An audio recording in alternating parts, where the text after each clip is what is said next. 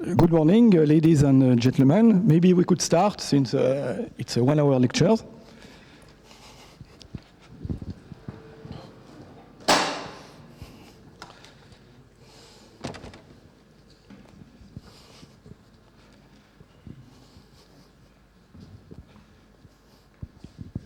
I am Michel Martini from the AB department, but you are not here to listen to me. I'm here to present the overall course and Professor Fasoli. First,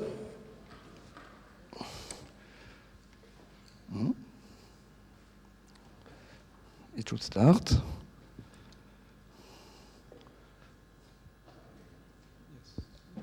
It starts already.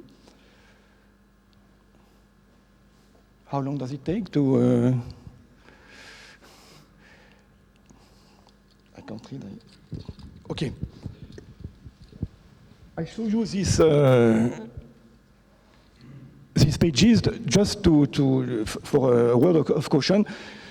Tomorrow and the day after tomorrow, the course will start at 10 o'clock instead of 11. It will last 2 hours. Tomorrow it will take place again in this auditorium, but the day after tomorrow it will be on the TH auditorium. The content, so okay, you know. I will ask you, please, to fill in both the list of participants, that you should fill in it every day. I will circulate the list in 1 minute. And then at the end, or whatever between now and the end, you have also you are welcome to fill in the so-called questionnaire on lectures, where you give your mark about the lectures. Thank you.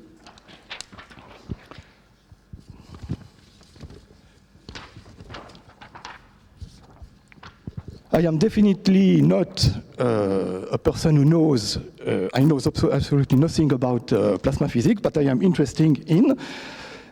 It's for that reason I asked Professor Fasoli to give these lectures on plasma physics. His main domain of, first, Professor Fasoli is a professor at the so-called École Polytechnique Fédérale in Lausanne. He's also a visiting professor at the MIT.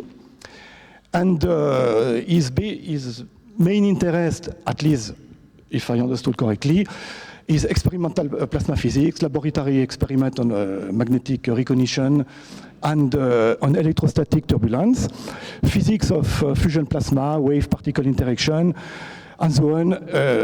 This investigation takes place at two different locations, at JET in England, and at the MIT in the so-called PC, plasma science and fusion, and don't remember the name, at the MIT. And finally, he will speak, he's also interested in the physics of shaped plasmas. That is what I understood. Maybe he will speak about more things about that, but maybe it's a good point for you to start. Thank you, Professor Fasoli. Thank you. It's a great pleasure for me to come and here to serve. Talk to you about our research in fusion. The title is New Trends in Fusion Research. I will, of course, come to the new trends, but I would like to also introduce a little bit what fusion is about, the problems and the challenges we face. This is what I intend to do. Today, I will really introduce the fusion basics, the criterion that we call the Lawson criterion, which is the criterion that we need to satisfy in order to produce fusion energy. I'll introduce the plasmas, what they are, and some properties, and what confinement schemes we use to hold the plasma in place and make it fuse. And in the second half of today's lecture, I will cover the inertial confinement fusion, which is one approach to fusion. In fact, is not the approach we take in Europe generally, but it's one of the different approaches that's important.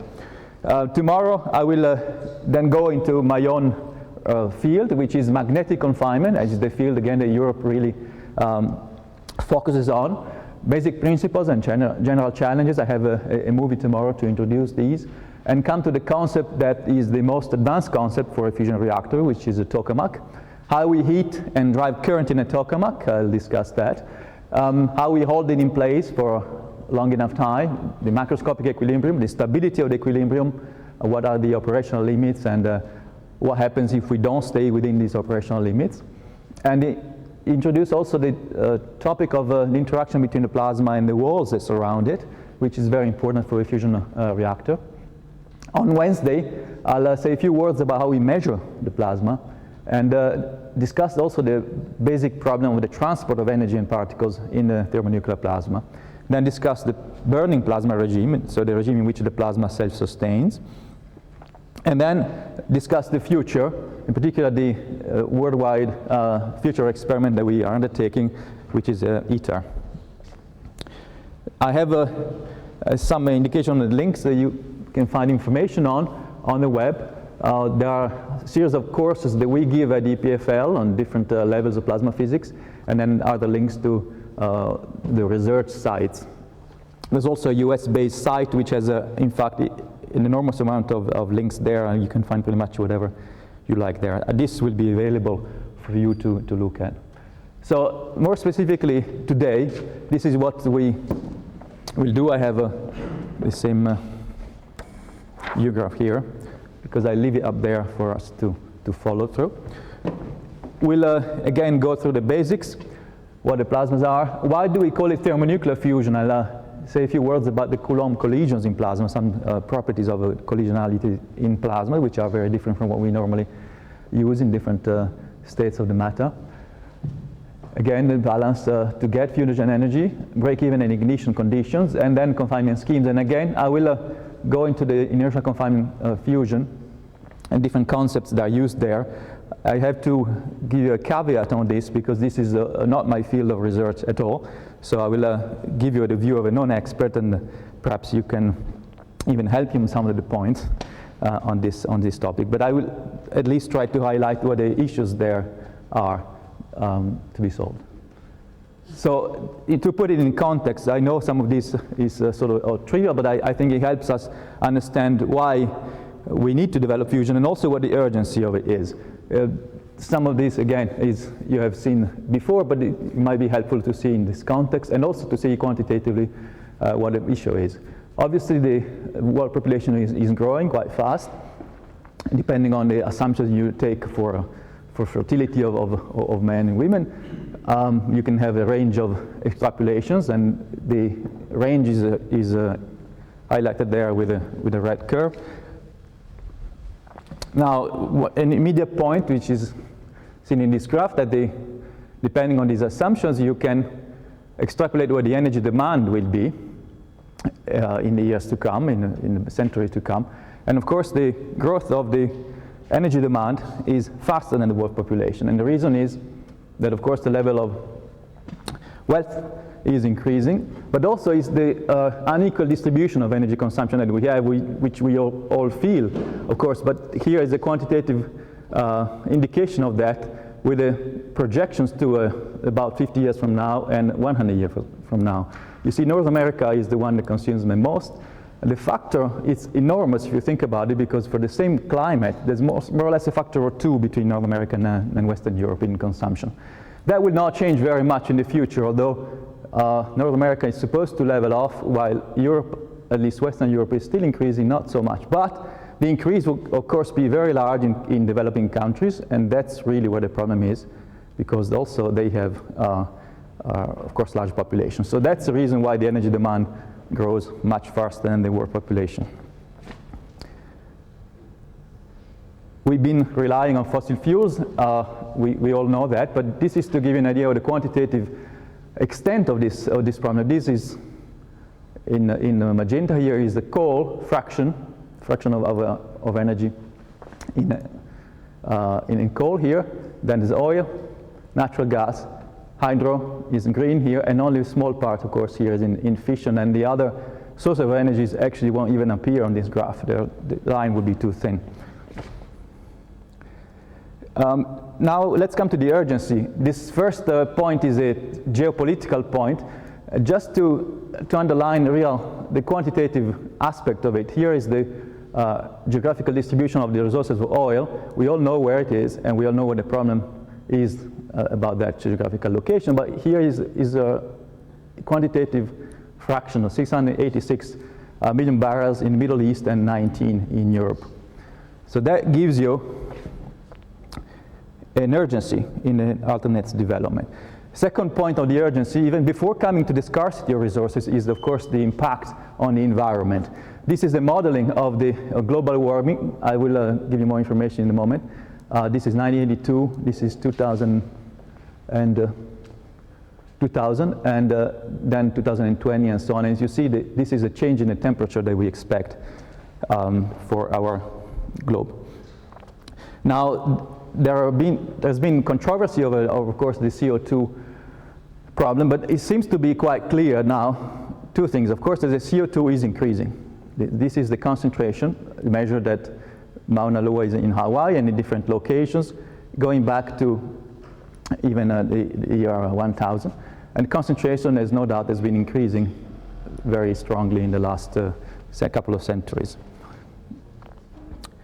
Now, concentration is one thing. The effect on the global warming is much more controversial. But again, I think now people tend to agree that the effect really is there and is correlated with the CO2 concentration. Here is the observed increase in the temperature, and I think it is still Mauna Loa in Hawaii, and now it's modeled by computer simulations up to the year 2000 here. Now, what happens if you level off the CO2 concentration at 550 ppm, which is a very ambitious level, by the way, you still have a temperature change of order 2 degrees, which is very important.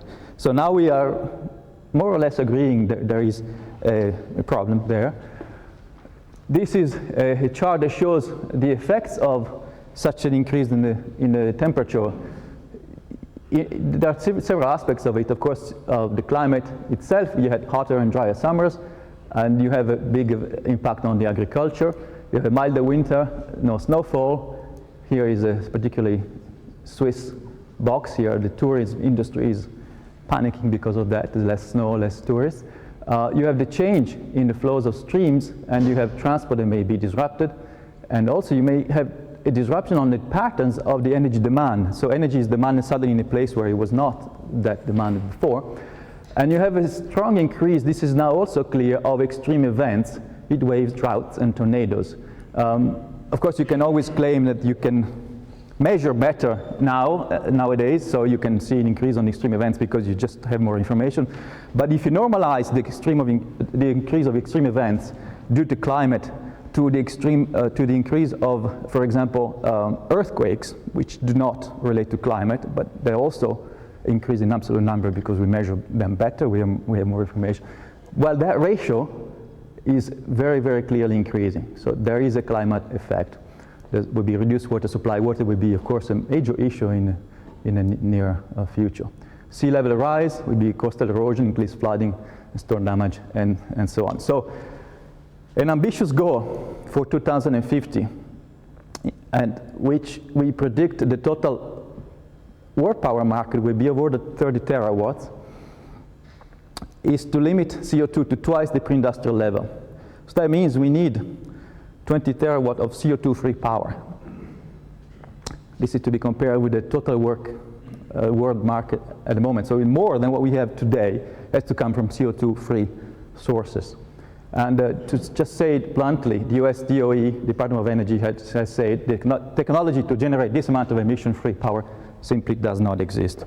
This is why there's a strong urgency. Now, if we take into account the need to limit CO2, the scarcity of resources has even a more important impact. This is why I haven't put it first. This is the use rate in terawatts of the world as a function of the years. The white area here is the shortfall. This is what we need to compensate. Because at one point we'll phase out conventional fission for non-proliferation issues, and we need to reduce fossil fuel usage regardless of the availability just to reduce CO2. So there's a big need there. And it's not that much into the future. This is 2030 already. So what can we do? Well, there are several technologies. Here we are, fusion is down here. This is a chart that tells you sort of where different technologies are in a development phase here, from research to being mature for commercial use, and here what the market perspective is. So we're obviously still in the government funding area, and we need to climb up that way. Hydro, fission, fossil, onshore wind, they're already in the private funding area, and so they have already done that progress. Now, alternative energy sources other than fusion, of course, fission, I won't dwell on this point, it's just a pictorial view of the problem. Here we have long-lived radioactive waste, so the public acceptance of this is very poor. So reprocessing geological storage is required as a strong safety concern in the public. So of course there's a long debate here, but I will not go into that. I'll say a few words about other renewables, alternative energy sources. Here is the wind, photovoltaic, and of course hydro. Now all of these are very attractive, especially for the public, but the problem is low energy density and fluctuations in time that require storage systems, so the problem is not solved in a steady fashion. I'll take one example to highlight the extent of the problem. This is an example of the wind energy. This is 2002 situation in Europe for different countries. You see Denmark has an enormous fraction of electricity. This is obviously not the total power. It's about 2% in Europe altogether. So the goal, if we went to follow that route of limiting CO2, would be to going to about 20% of electricity in EU, over the 240 gigawatt, from solar wind. Now that means you have to have 1,500 big wind parks, such as this. This is one on the shallow sea of Denmark with 80 mills, 160 megawatts. So you need 1,500 big wind parks like this. So the question is where to put it in Europe. It is not a trivial issue. So that's where we come in with the thermonuclear fusion. So let me remind you of some of the very basic aspects. Here is a picture of the cross-section of different fusion reactions that one can consider as a function of the energy. And obviously it comes to a very clear conclusion that the easiest one to achieve is the deuterium-tritium fusion reaction. That's the one that we'll stick on and for the talk, and we'll probably stick on also for the next 50 years of research and hopefully application. So let's go into the details of this reaction. The DT fuse providing an alpha particle at 3.5 MeV of energy, and a neutron, which is high energy, 14 MeV. The neutron, here is a view of the reaction. The neutron comes out of the plasma region and has two roles. One is to, of course, heat the fluid that surrounds the plasma reactor, and then electricity will be produced in a standard way. But also, it will regenerate the tritium by reacting with lithium in a blanket that is the sort of the wall that surrounds the plasma. The reaction gives another helium-4 and tritium. So that is what we call the tritium replenishment route. On the other side, the alpha particle has to deposit its own energy, 3.5 MeV, back into the plasma, back into these fuel ions, deuterium and tritium, in order for the fusion reactivity to be self-sustained. So the two roles for alphas and neutrons are very distinct.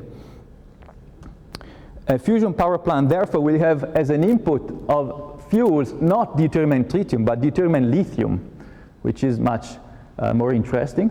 So these are the primary fuel that will be inserted. The lithium will be in the blanket surrounding the plasma volume, and deuterium will be injected in the plasma directly. And coming out here will be the tritium that is due to the reaction with a neutron with a lithium, and then it will be re-injected into the blanket. Helium will be pumped out, and of course there's no problem with helium. And then the generation of electricity will be from the thermal energy coming from the neutrons.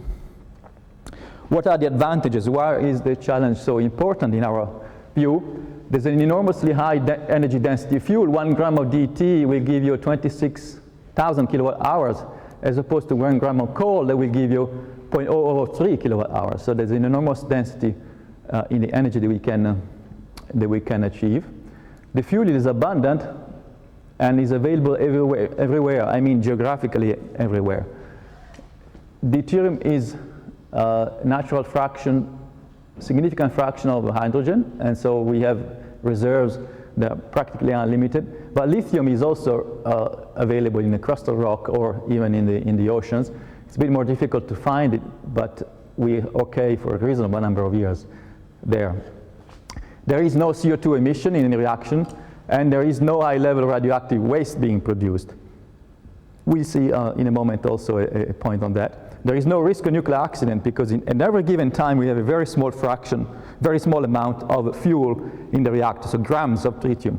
So if something happens after less than 5 minutes, everything will stop naturally. There is no generation of weapons materials and no proliferation being involved.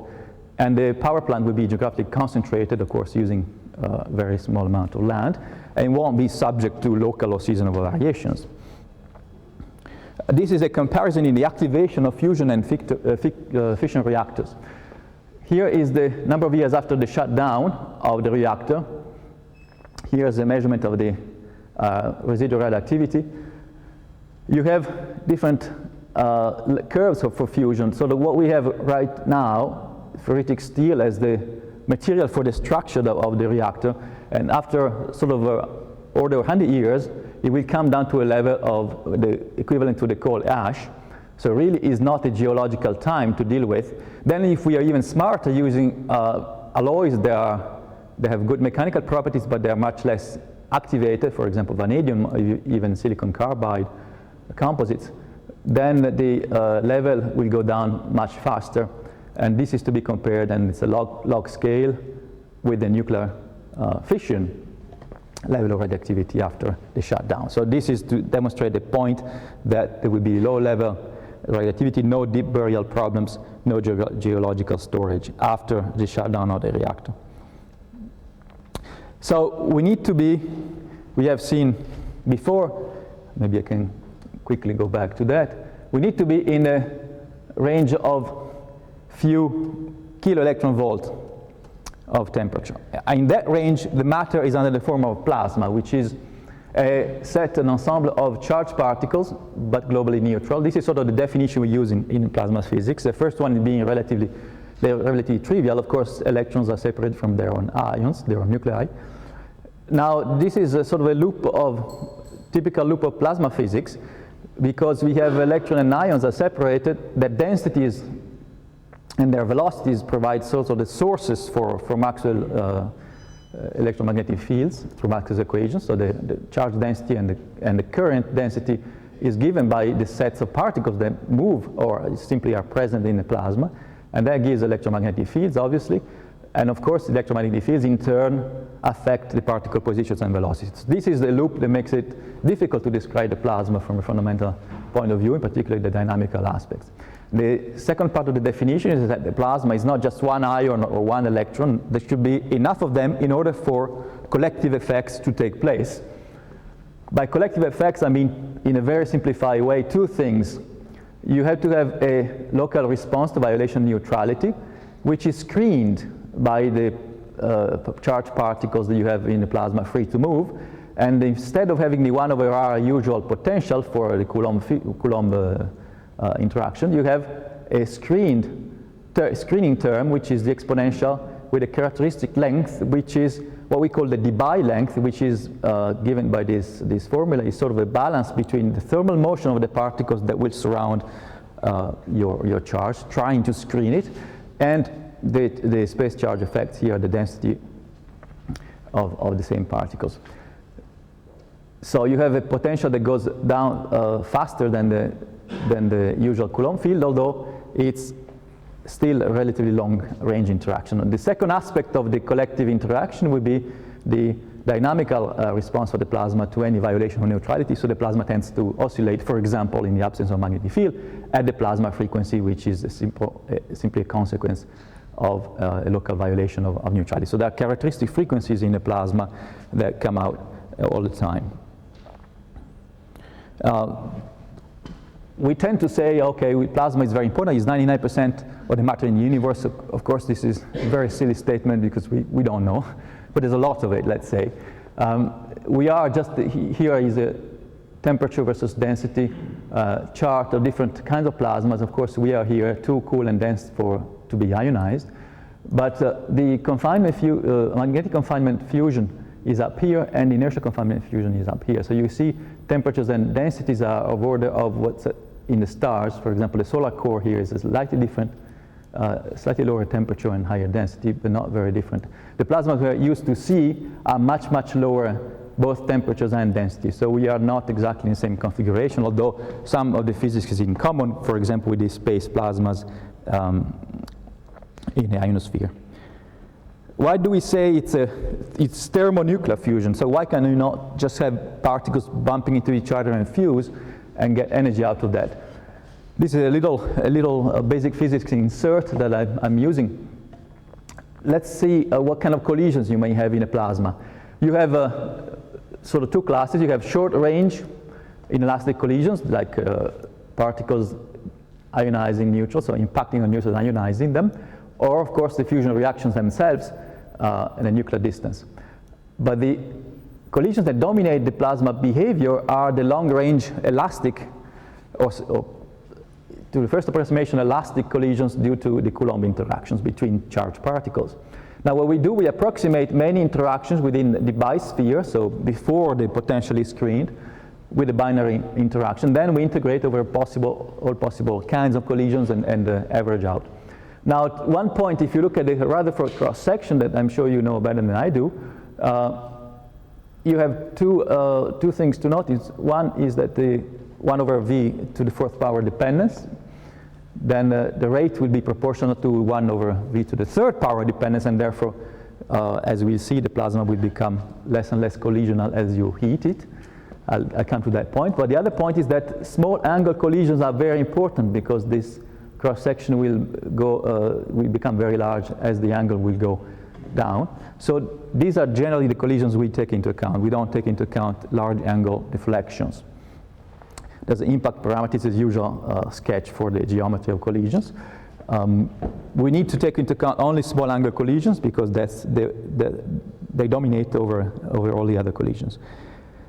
And then calculate, I don't go into the detail of the formula here, but they calculate the cumulative effects of all different collisions inside the sphere within which the interactions are felt.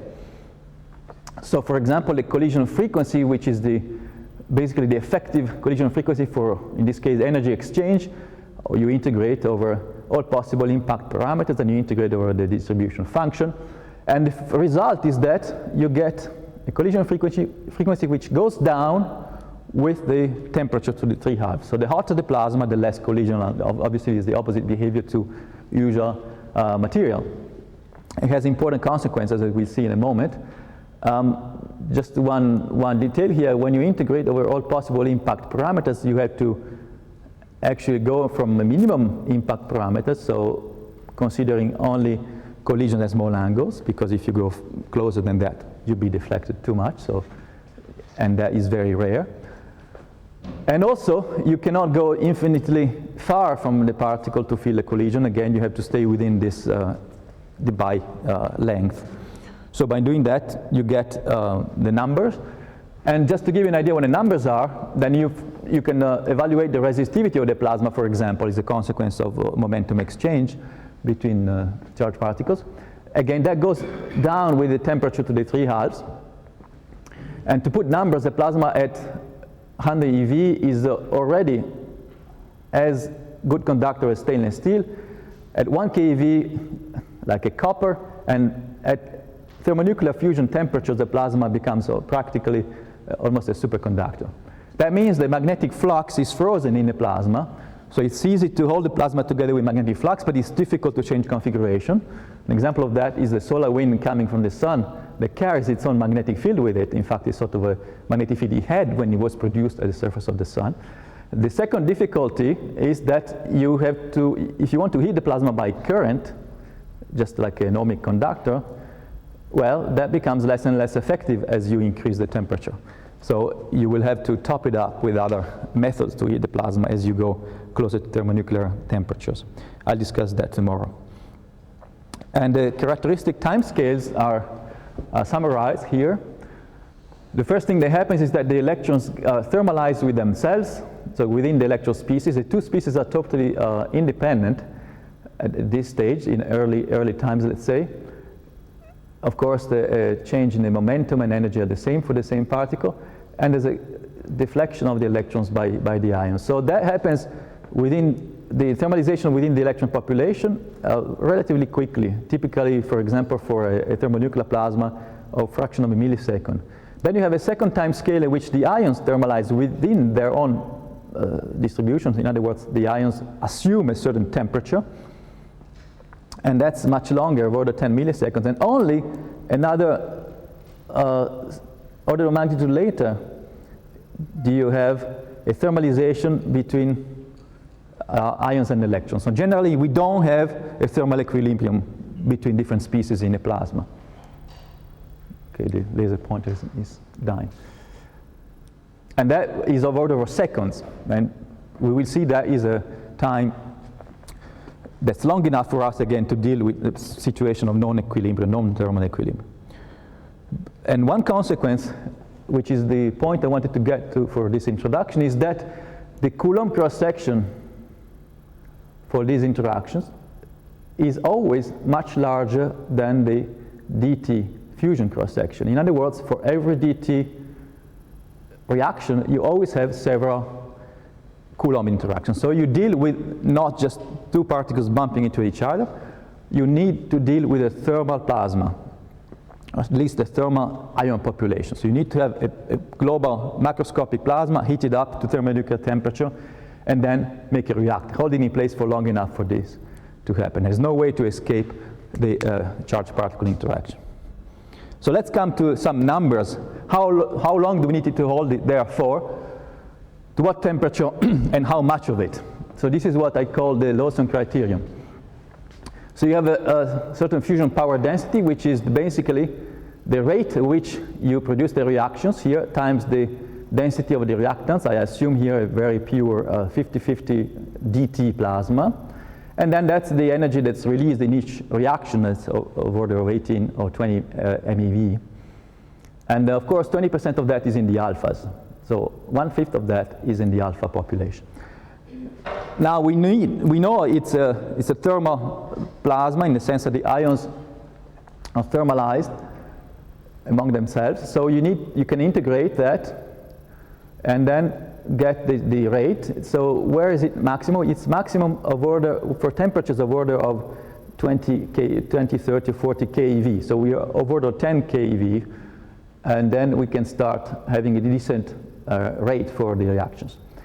So for example, if we calculate how much volume we need of plasma,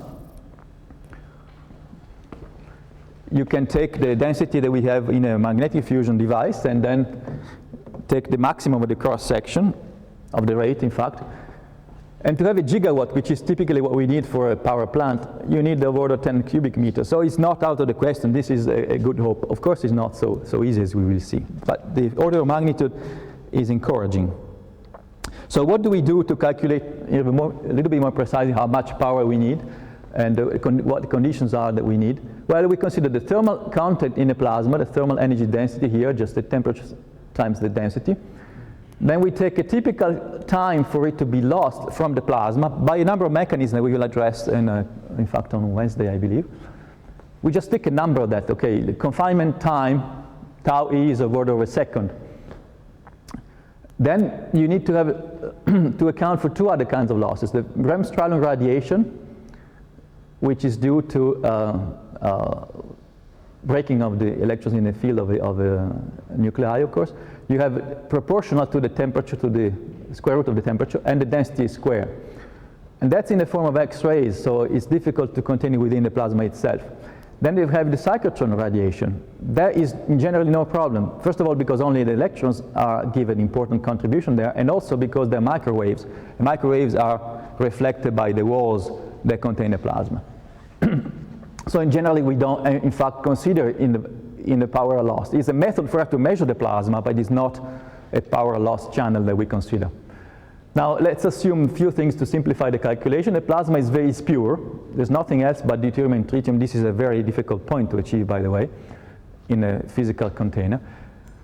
And there's efficiency of conversion of thermal energy into electricity and efficiency of conversion of electricity into plasma heating. In other words, what comes out will be reinjected in the plasma with some given efficiency. So this is the plasma thermal energy, the bremsstrahlung, and the fusion power. So I reinject that into the plasma. In order to calculate the balance, I put that equal to the losses themselves. Then I just do the algebra here, and I get a condition which is called the Lawson criterion, which is basically a function of the temperature is equal to the product of n times the confinement time, the density times the confinement time. And graphically, that tells me there's an optimal temperature here, the minimum of this curve, n times tau. And again, it's of the order of 20 keV. Now, depending on the efficiency that you take, originally Lawson took about 1/3, which is very optimistic. You have more or less difficult conditions to satisfy in order to balance your losses with the power that you produce from the plasma. Notice here a number that looks a little bit bizarre. We'll see in a moment why I chose that number.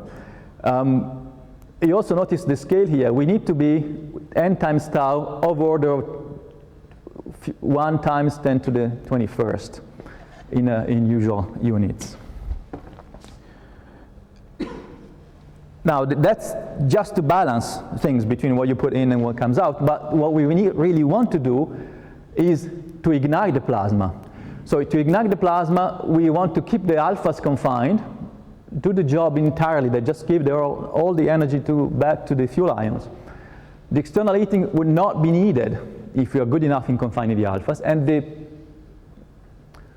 power that we have there to be lost over a characteristic time has to be equal to the alpha particle power. You do the same algebra and you get a simpler function of the temperature for n tau.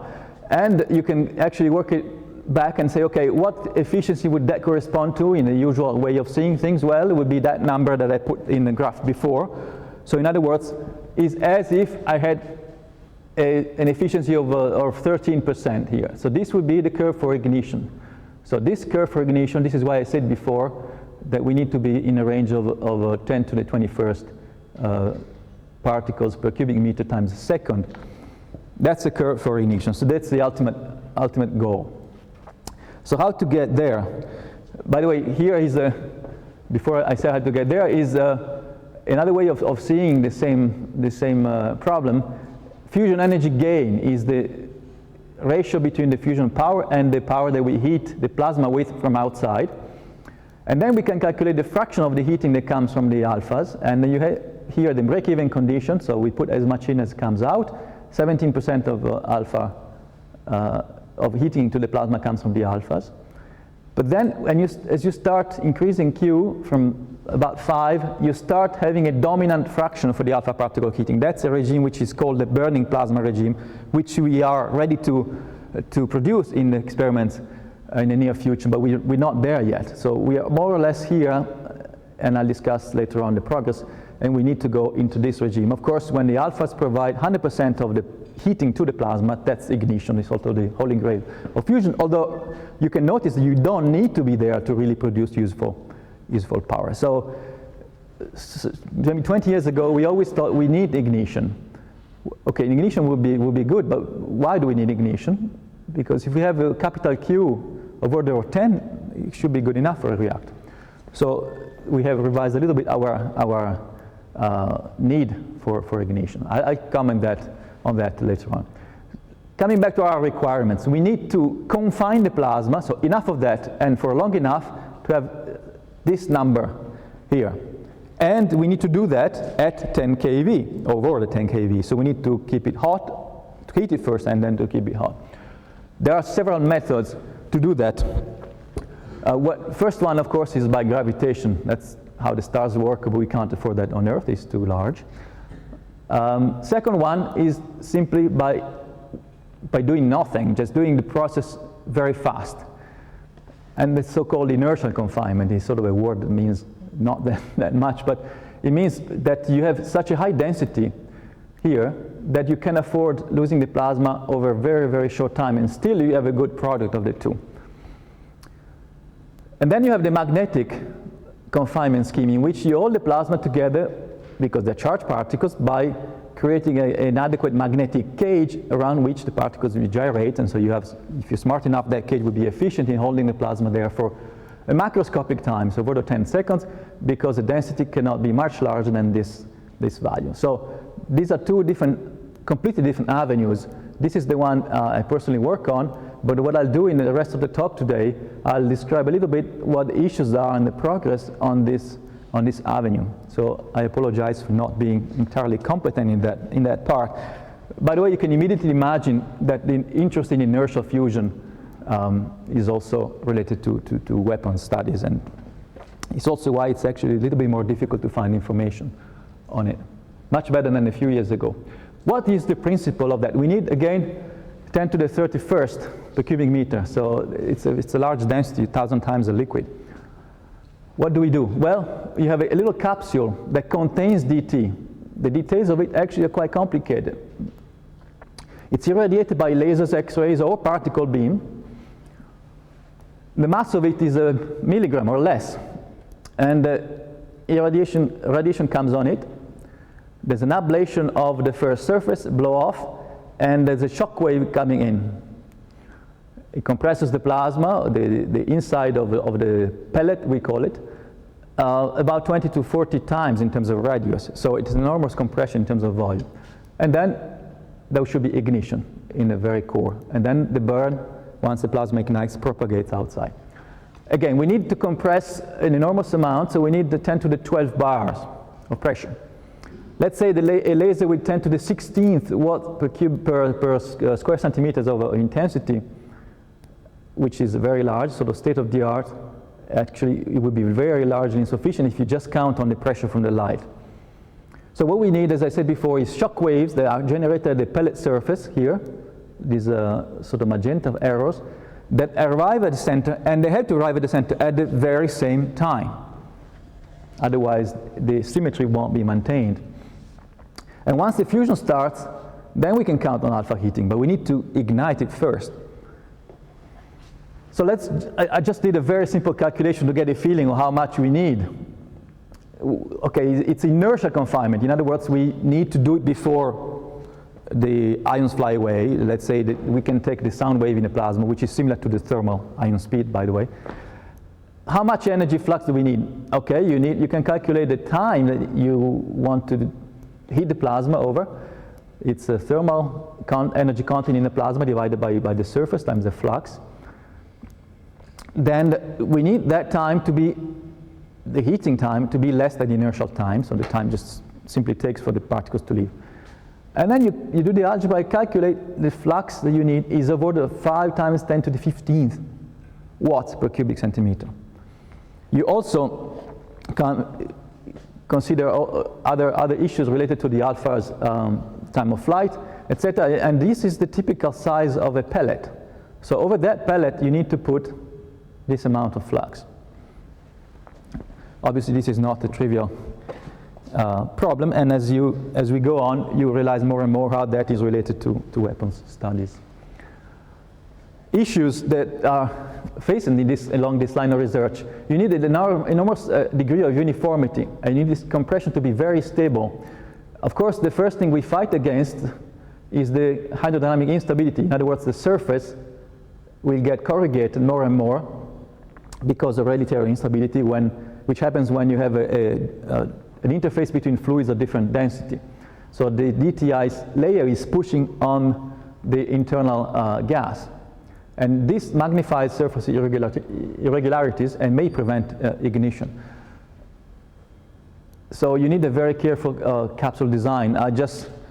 My colleagues at MIT used to say the smoothness you need is you take the Earth, and the Earth has buildings on it. Boston doesn't have huge skyscrapers. They say Boston would be enough in terms of the roughness of the surface compared to the whole Earth.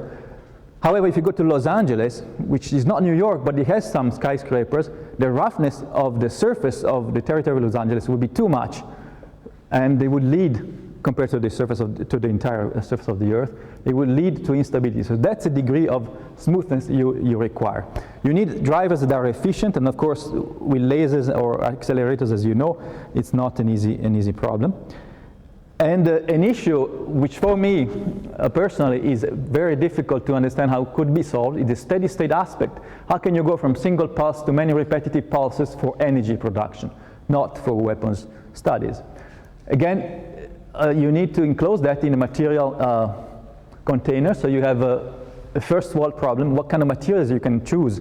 They don't need to get activated, and they need to last for a large number of pulses, not for it to be economical.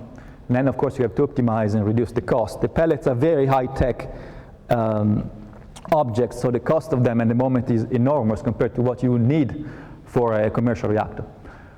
There are two approaches of doing this. One is to take a capsule, a pellet, which has an ablator, some sort of foam or solid outside. Then you have a DT generally in ice, and then inside you have DT in vapor. So just to build it, you can think it's quite a complicated situation. And then impinging on it from many different directions, as many as you can, you have laser or ion beams. This is an example of, I believe, is the Omega laser in Rochester, in state of New York. This is direct drive. Of course, you need to be very, very good at making it symmetric. A little bit easier in terms of symmetry is this idea of indirect drive. You say, okay, I put a capsule here in the room, it's called a hole round, and I don't want to inject my ion beams or my lasers onto it directly because it's very difficult to make it uniform. But what do? I rely on basically on the walls of this container to emit X-rays because they are hit by laser beams or by ion beams, and that sort of sea of X-rays will be much more uniform than a direct drive. This is a concept that's also followed in parallel. This is still a small capsule, and it generally is gold, made of gold. And here is actually the right size, the right ratio of the pellet to the capsule. You see here it's a quarter, so 25 cents. I'll give you an idea of the size. This is a NIF, which is a big project in the US. I'll say a few words about in a moment. Both approaches are followed. Perhaps I can skip this or pass it very quickly just to say that this is not just a dream. It's sort of happening at least for one single pulse. Here is an example of result of direct drive in which you just impinge on the little pellet here and then you make it implode. This is a 100 micron thick ice layer, and the roughness is over 8 microns. So it's not perfect, but it's good enough for it to give a fusion gain that's compatible or comparable to what's expected theoretically. Another problem is that you have to shape in time the pulse of for example, of your laser, in order to have a good compromise between the stability of the pellet, the hydrodynamic stability, and the gain. So you don't want to compress it or to heat it too fast. You want first to compress it and then to heat it. So there's also an aspect there in engineering the time evolution of your pulse, which is of course very, very short. Indirect drive is not trivial either, because you need to take into account what the hologram does. For example, you don't want too much backscattered light because absorption will be obviously reduced. Unequal absorption between what's called an outer cone and an inner cone would also lead, at least initially, to an unequal distribution of the X-ray emission inside. So again, the problem of asymmetry. And then you have to have a good shaping for your compression in time. If you have different time dependence from different sides, for example, different beams here, then the compression, even in the case of indirect drive, would be asymmetric and then is not good for energy production. An avenue for optimization, just to give an example, is that they want to have much higher temperatures for the whole round, which means higher pressure, higher implosion velocity, and ignition with less energy. Now I will pass through some of the experiments that I could get hold of. This is the huge national ignition facility in US, in California, which is under construction, should I say. 4 beams, to my understanding, already work. By about 2009 or 10, you have 192 beams that will be put into service. And it's a huge building with different issues here. You have a main amplifier, of course, power amplifier. Then beam transport is not a trivial situation at all. And then final optics to inject into the target chamber. So this is a pellet you can hardly see there with a positioning system that's in the middle of this target chamber. This is you see, macroscopic target chamber, but the pellet is still of order millimeter. So you have to focus 192 beams on that.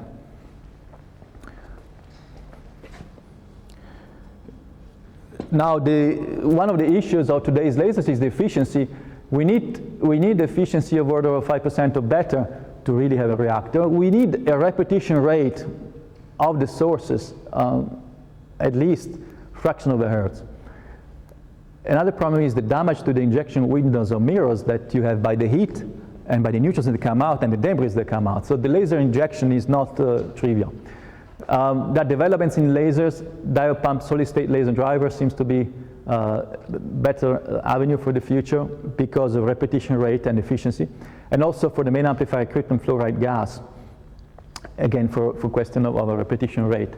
The other driver methods is not the only possibility to inject laser beams.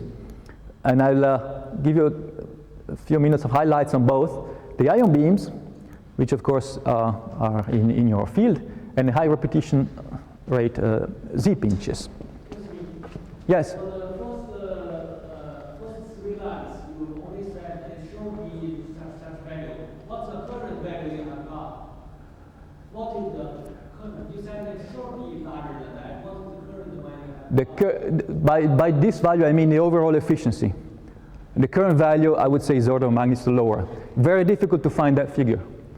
But this is the overall efficiency from the plug to the chamber. But You cannot give any number. So 1% or 1% or whatever.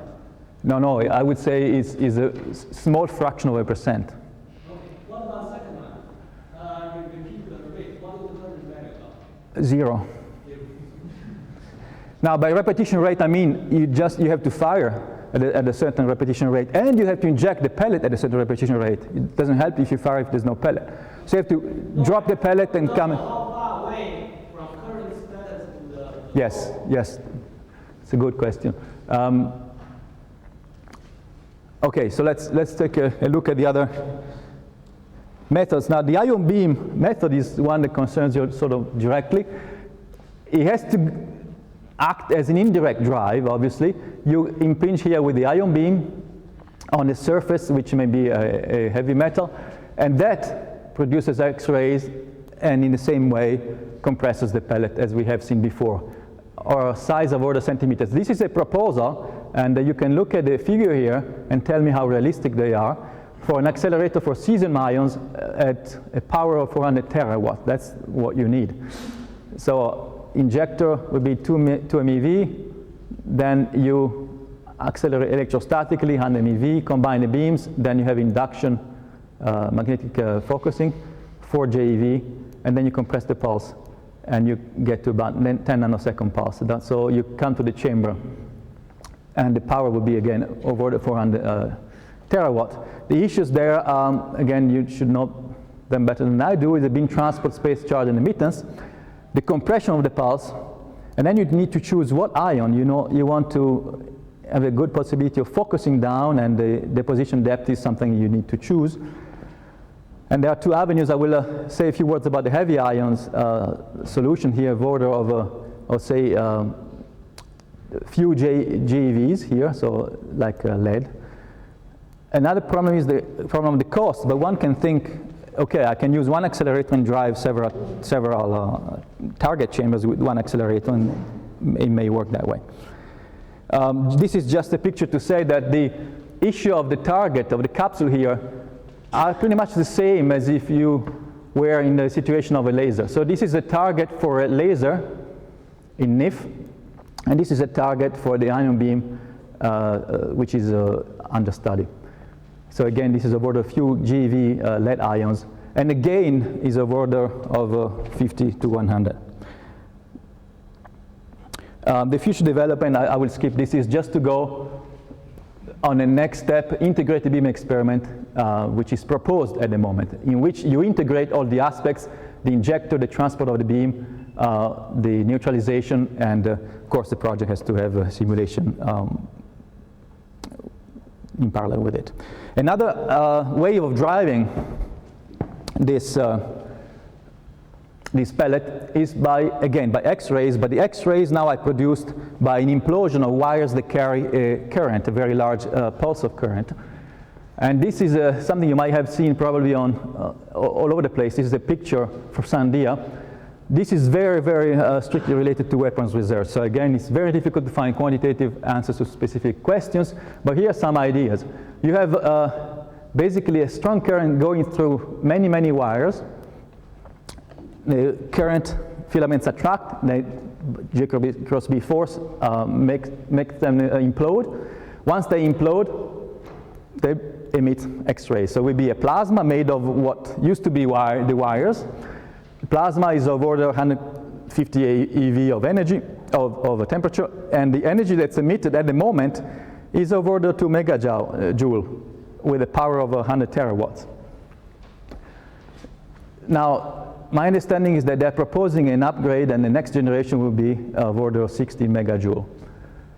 So this again is for indirect drive of the pellet. A result is shown here. You have two wire chambers here. One is up here, the one is on the bottom. So the two implode, and then they produce X-rays that are then used to compress the pellet that's inside there. And the problem again is a problem of symmetry. The symmetry has been improved significantly, and this is a good result. This is the pellet that goes down in radius, and you see the symmetry is practically maintained throughout. So hydrodynamic instabilities are not a killer in this situation. But of course, this is very low energy compared to what you need. Now, a more modern approach is this idea of fast ignition. Is recent and is not entirely developed, but I think it's interesting to comment on that. So in conventional inertial confinement fusion, the gas is compressed by the imploding solid ice DT. And then what happens, you need to form a hot spot in the center, which is the spot from which the fusion burn will be propagating outward. Now, not only do you have to compress it very uniformly, but you also have to maintain the uniformity in the hot spot, because the burn won't propagate out symmetrically and it won't be efficient at all. So it's not easy to maintain that symmetrically. The idea of fast ignition is to decouple the compression and the ignition. In other words, you say, okay, I first compress the pellet, and then I come with a very short pulse to really generate the ignition pulse. And I don't care where I come with a short pulse, because the plasma is being compressed already. And apparently there are encouraging results on this. And the issue is that because you relax a little bit the problem of the symmetry, because the pulse, the fusion burn pulse is initiated from outside, you can have lower energy and more inexpensive drivers. You don't need an enormous amount of beams around, for example, because you only need to compress the fusion fuel and not to have the so-called hot spot in the center that's very symmetric. So this is a more modern idea. It can provide higher gain. I won't go into the details, and it's compatible with all sorts of drivers. So it's an idea of how to do it in time, in a sense. You can do it with heavy ion beam, with high ion beam drive, combined with laser beam for the hot spot, or for the external, if you want, generation of the fusion burn.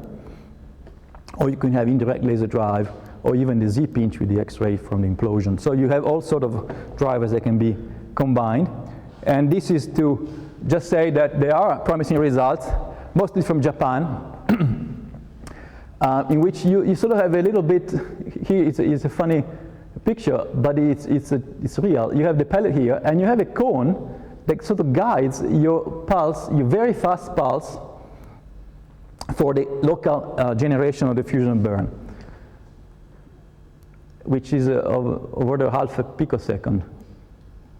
And here is the production of neutrons that are a signature of something happening there. The lasers that compress are acting over a nanosecond, and an intensity of 10 to the 14th, and of course the laser that generates a fusion burn has to be much more intense, and that's where the laser developments are and much shorter.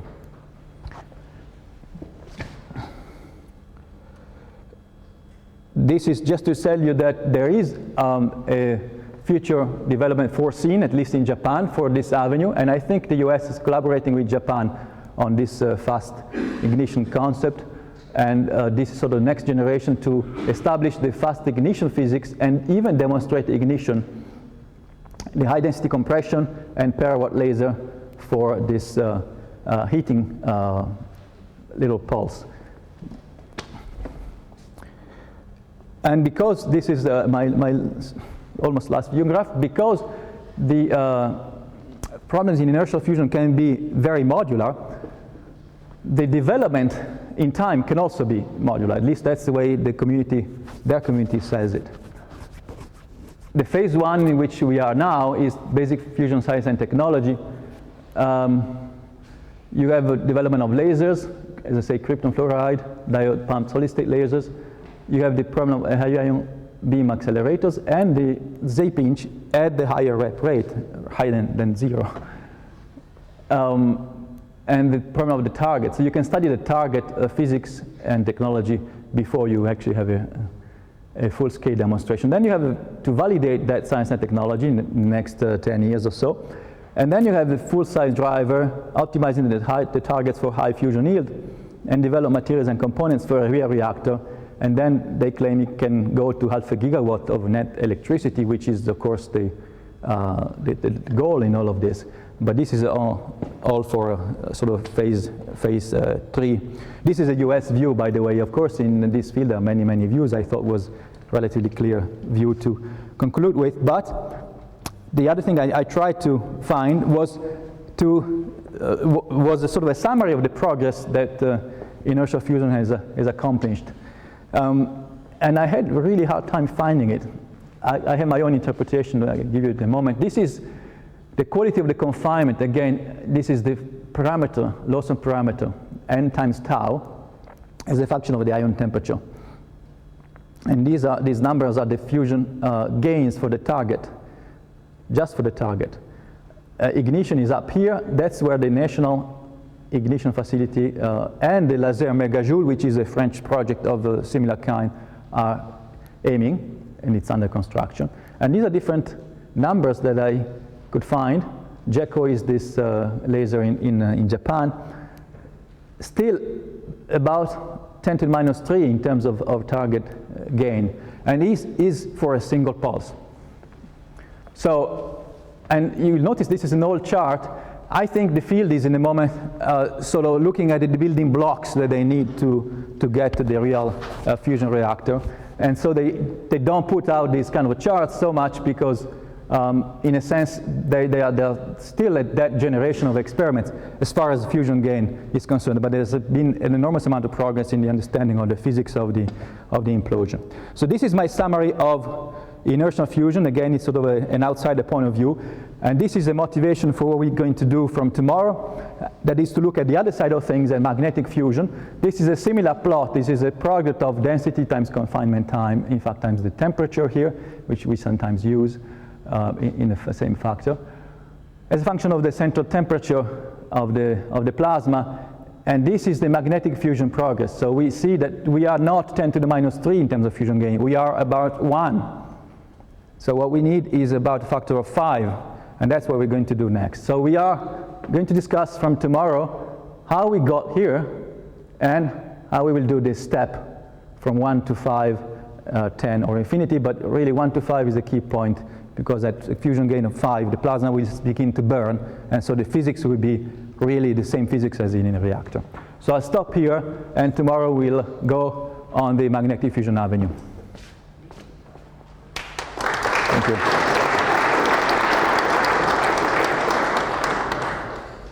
What will be the time scale to achieve the goal for confinement? We will talk about that on the last lecture, but as you know, of course, your DG was the DG of ITER, and ITER is being decided is a very intricate political situation, but hopefully we'll get unstuck soon, and it'll be built in about 10 to 15 years.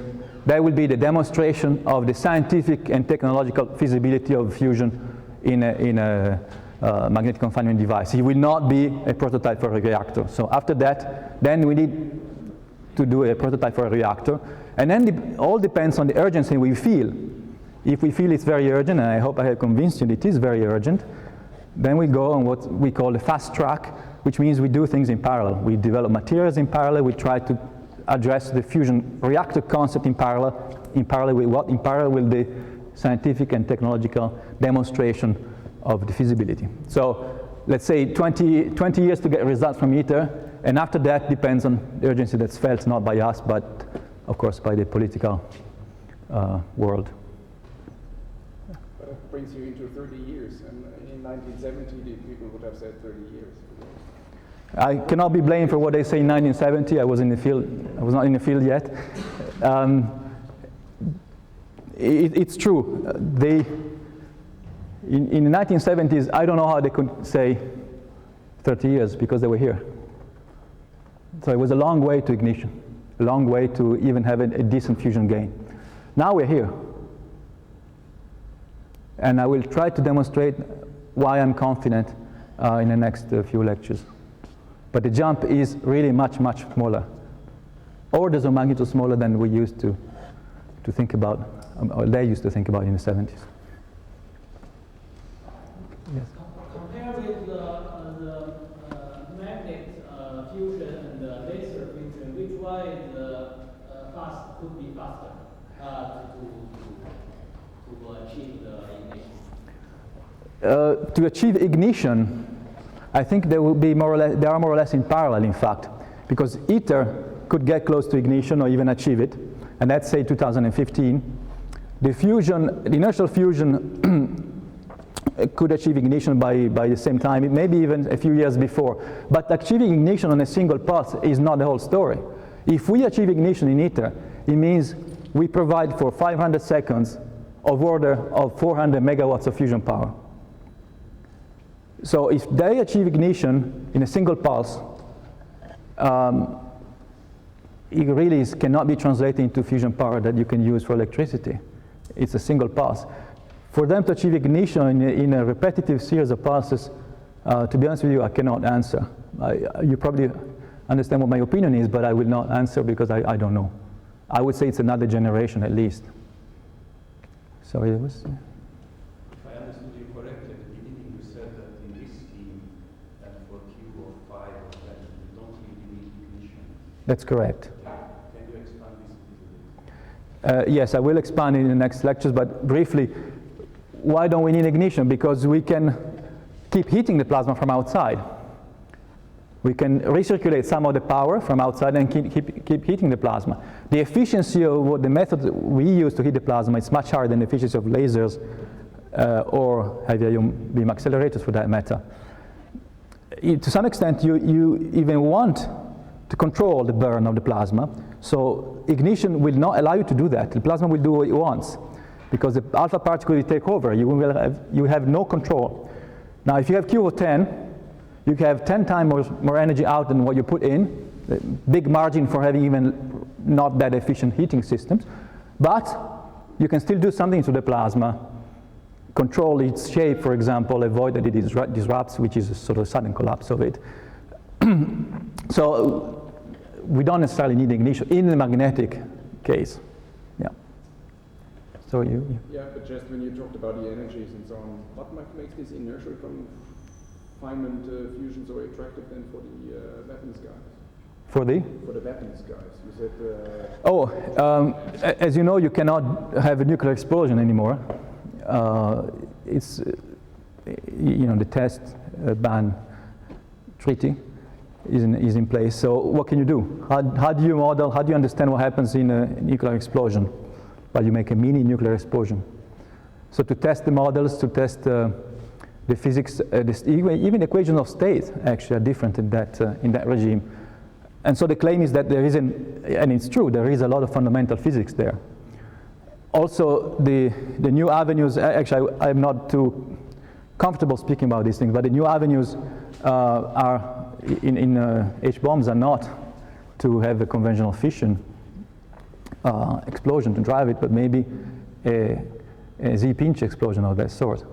Anyway, you need to understand what happens during a nuclear explosion without doing real tests. So it's really part of the stockpile stewardship program. And I think 99% of the funding comes from DOD, for example, in America, or 95, which tells you a lot about that. And in France, to my understanding, it all comes from the equivalent Department of Defense. The number of pulses that you will have available to do fusion studies per year would be probably countable on the fingers of one hand, as opposed to the number of pulses in which they do, weapon study experiments. Okay, maybe one or two more questions. What is the kind of ratio in cost between fission and fusion? If I look at technologies. It's a good question. It's very difficult to answer. Now it depends. You mean the capital cost? At the moment, fusion is obviously very, very high tech. There are a lot of systems that we need for studying what's happening, and they might be much, much simpler in a real reactor. That has been said for 30 years. That's true, but we are still in the research phase. There's no doubt about that. There are studies of the cost of electricity that will come out, and I think it's still a sort of a factor of 3 to 4, if I'm not mistaken. Taking everything into account, compared to fission, yes. Now, compared to the others, it depends what you do with the environmental aspects. In other words, if you do CO2 sequestration and all that kind of stuff, the cost related to that would be much, much higher than the real cost they claim or at least we pay now. So then the ratio becomes much more interesting.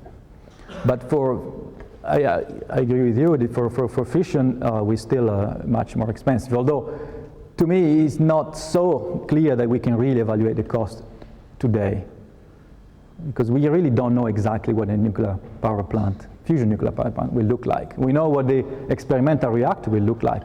It's been more or less designed. But the power plant is still a long way to go. And I will discuss some avenues to reduce the cost by improving the physics in the plasma, the physics control in the plasma, today or tomorrow or the day after tomorrow. How good we are at making it compact. And for that we need to understand plasma physics better. So that's where really the physics comes in. And then we can go competitive in terms of the market. But is it really a relevant question to ask how much it costs today? How much would the electricity cost today? I don't know. There are lots of studies. It's just not my field. Okay. Any more questions? Thank you very much. Thank you.